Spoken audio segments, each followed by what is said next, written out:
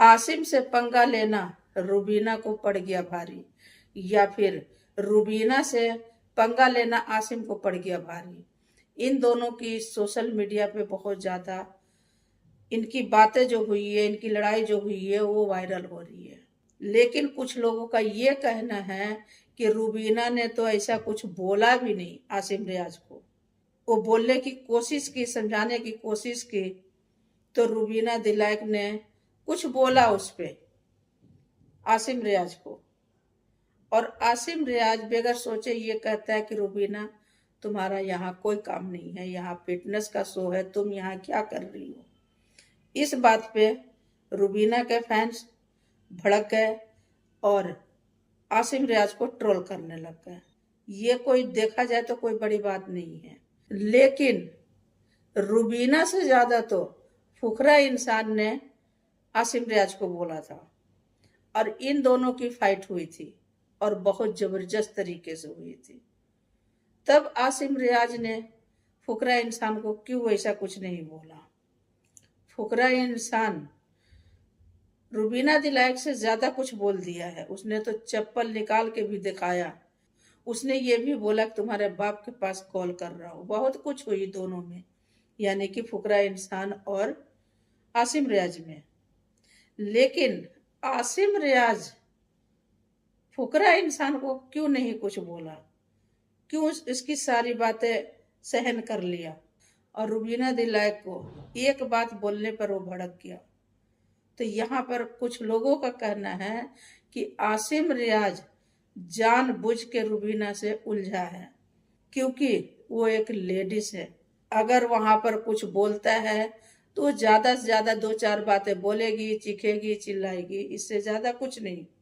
वहीं पर रजत दलाल था, फुकरा इंसान था, इन लोगों से तो पंगा लिया लेकिन नॉर्मल भी हो गया।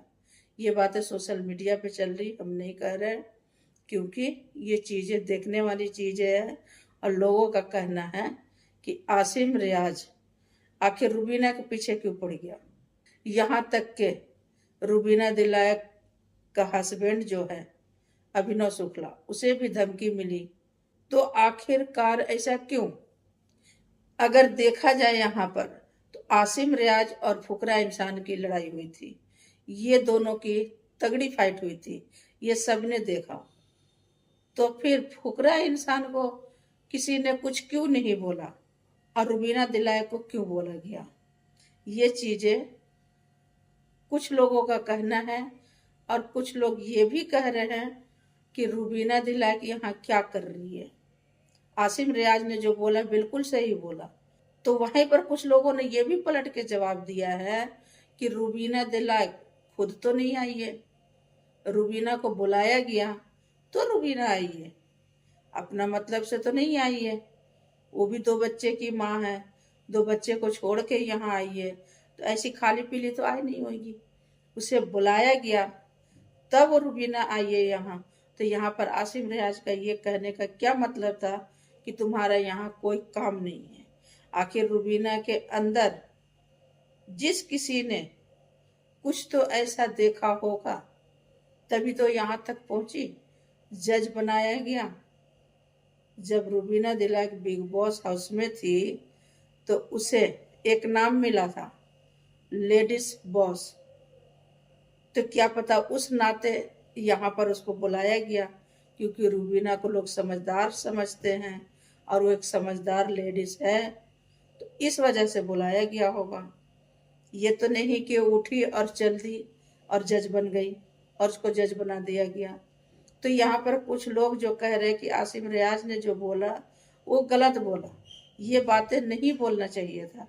लड़ाई कर लेता, जितना दिल कर रहा था लड़ाई कर लेता, उल्टी सीधी बातें बोल देता, लेकिन ये बोलना शायद आसिम रियाज के लिए भारी पड़ गया कि रुबीना दिलायक तुम यहाँ क्या कर रही हो, तुम्हारा तो यहाँ कोई काम ही नहीं है, ये फिटनेस का शो है।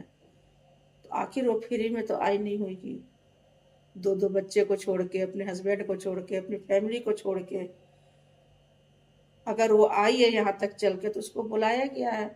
तो ये हमारा कोई हक ही नहीं बनता है कि तुम यहाँ क्या कर रही हो, या आसिम का यहाँ कोई हक ही नहीं था ये बोलने का कि तुम यहाँ क्या कर रही हो, तुम्हारा ये शो नहीं है, ये फिटनेस का शो है।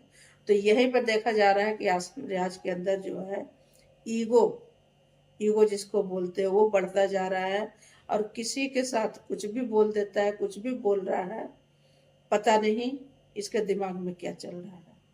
तो उम्मीद करती हूँ कि मेरा ये वीडियो आप सभी को पसंद आएगा guys. Thank you so much. फिर मिलेंगे अगले वीडियो में इंशाल्लाह। तब तक के लिए अल्लाह हाफिज। खुश रहिए, अपनी फैमिली को खुश रखिए। Thank you so much guys.